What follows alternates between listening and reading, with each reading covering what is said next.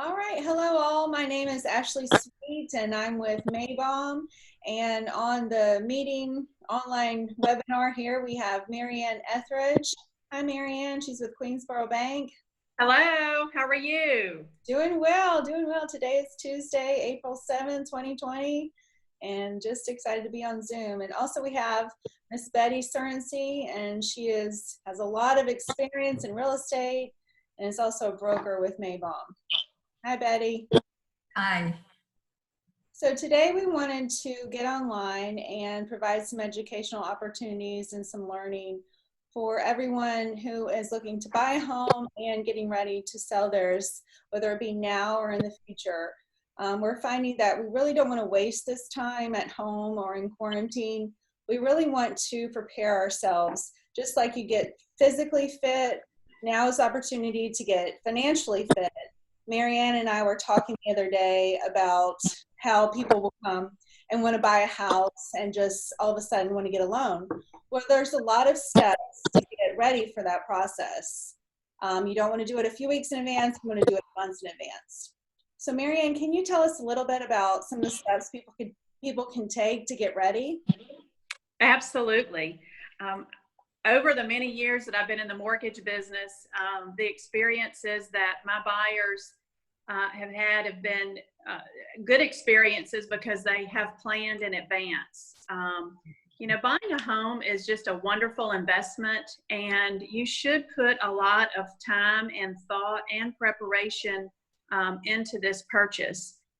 We prefer to have clients ready when they are out looking at homes. They know exactly what their parameters are. We never want anyone to fall in love with something that might be a little bit out of their reach and might be a source of unhappiness down the road. So we're very big on budgeting for your housing payment. And while we're in quarantine, what a great time to start gathering some documents. That's a first step. Just some basic things. Maybe you want to make a folder at home and call it your home buying folder. And gather things such as your most recent pay stubs, maybe 30 days worth of pay stubs. Always keep fresh pay stubs in that folder. Some items that will not expire, such as pay stubs, are your W-2s, most recent 2 years W-2s, and then some clients who are retired actually will receive 1099s. So those are important documents as well. The key is to have 2 years of the tax information. If you are self-employed, we will need your personal and business federal income tax returns. So those are good items to keep in that folder. Your most recent 2 months bank statements. This is helpful when we are sourcing your down payment for the loan. So you'll want to keep those handy. Copies of your driver's licenses, which you should have on you at all times anyway. And if you are getting a VA loan and perhaps you're retired, a copy of your DD-214 would be helpful. We can gather all of this information at our first meeting. Some of our meetings these days happen to be over the phone. We provide a secure link so that documents can be uploaded to our office. And we have secure online applications. We can take applications by phone. And then after we get this information, we will proceed in looking at your credit report. Our credit reports, there's no charge to our buyers.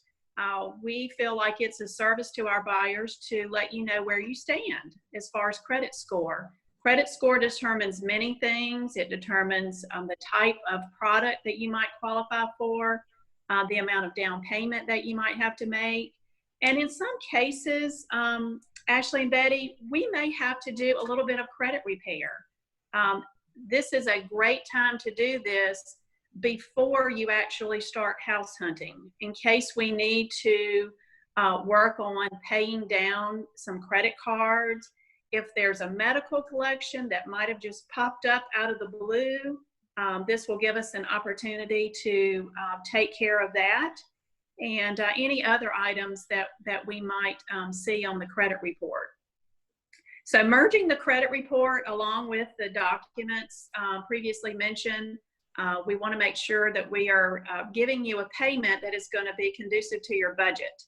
I do have, and I'll be happy to provide these to anyone that would like. I have actually some sheets that would help you with a household budget so that you can see what is left over after groceries, dry cleaning, expenses with your auto, daycare, so that we can see what you might have left over for your housing payment or the amount that we should allot for a housing payment each month. Wonderful. That's great advice. Now, Betty, I know you've worked with hundreds and hundreds of buyers, and you have probably some good do's and don'ts. Do you mind sharing that? Absolutely. Just to tag what Mary Ann has said, in preparation for your home purchase, you need to be very, very cautious about your purchasing of other items. So you shouldn't make any major purchases. I know you're excited about getting a home and you start thinking about the furniture and the appliances, but now's not the time to do it. You want to wait until after you have closed on your loan. You also don't want to change jobs. Now, this situation that we're in right now may have caused you to lose a job. So I would tell you that your best friend is your lender. And they can coach you through if you had to have a change in job. Is it the same type of work that you've been in? And if you might need to wait for a certain period of time to have pay stubs for that particular job. You also don't want to have your credit pulled unnecessarily. I think it doesn't count maybe for utilities, but you don't want to have your credit pulled unless Mary Ann or your lender is pulling it for you. Don't open and close any, don't open any new credit, and don't close any existing credit until you've talked to your lender. They can guide you through that process. The same is true about bank accounts. Don't open new ones and don't close existing ones unless you talk to your banker.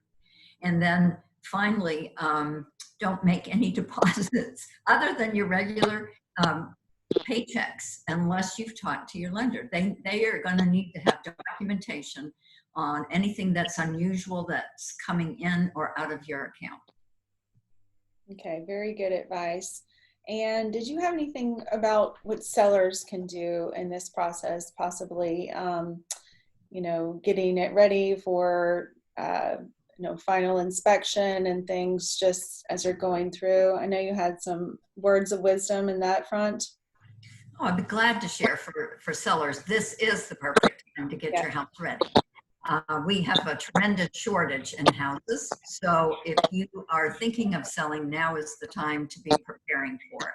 So the first thing I would tell you is if once we get out of quarantine, to have a pre-listing inspection. That will really speed up the process. And in many cases, buyers are not getting their own inspection if the home inspection that you did pre-listing is dated within 30 days. They may go with that. But your pre-inspection will tell you the deferred maintenance that you need to take care of. They will identify it in this report. And we encourage you to go ahead and do that ahead of time. You may leave a couple of small items for in case the buyer is going to do their own inspection, because they're paying an inspector. They're going to find something. So you may leave a couple of items. But what I would tell you is the things that you can do while you're at home to spruce up your home is there are 5 things. First thing was the pre-inspection. Inside, Zep. This is a great product. This will take care of any mildew that they have found, especially in your bathrooms, around the tub and shower. Follow the safety rules though, okay? The other thing is Mr. Clean's magic erasers. They didn't have them when my children were young. And I think I would have put the paint business out of business if I had had those, because they do work miracles. Then if you want to go outside, I would encourage you to look for this product, which is a Windex window cleaner. It's a soft wash. I would encourage you not to do power washing on your windows because it breaks the seal. A lot of times when you're looking at houses, you'll see fog between the windows. The seal has been broken on the window. So this is a great product for you to be able to use. It has a great reach. It's about 10 to 12 feet. You just use your hose, connect that to it. And then when that's empty, take the label off and put bleach on it and fill it with, I think it's like 1 to 5 mixture. And you can sparkle wash your house with this too. And again, it has a 10 to 12 foot reach. So lastly, I would tell you to think about your first impression. Your outside is your first impression. And so I would tell you to be thinking about the plants that you could put in your front yard, flags, pillows, anything like that, because you want to get them from the curb into the house. Wonderful. Well, we've had so much good information today from Marianne and Betty, and I think the main point is that there's so much we can do right now. You can build a relationship with the lender. Betty needs some affiliate marketing dollars from what she just promoted with Windex and bleach, and hopefully they'll send them to her. But there's a lot we can do at home. There's a lot we're still in control of. And if you want to get your home ready to put on the market soon, or if you want to buy, then be fiscally responsible and also do your due diligence on your home. Marianne, do you have any final words? If anyone has any questions or would like to look at their credit report, they can certainly give me a call, 706-833-0885 or 706-869-6973. Would love to have free consultation to help buyers in any way possible. Wonderful. Thank you so much. And we'll link up all of our information on this video, and we'll try to put some attachments on there for the do's and don'ts and our contact information with Meybohm in Queensboro. Thank you so much, and you all take care and have a wonderful day. Thank you. Bye-bye.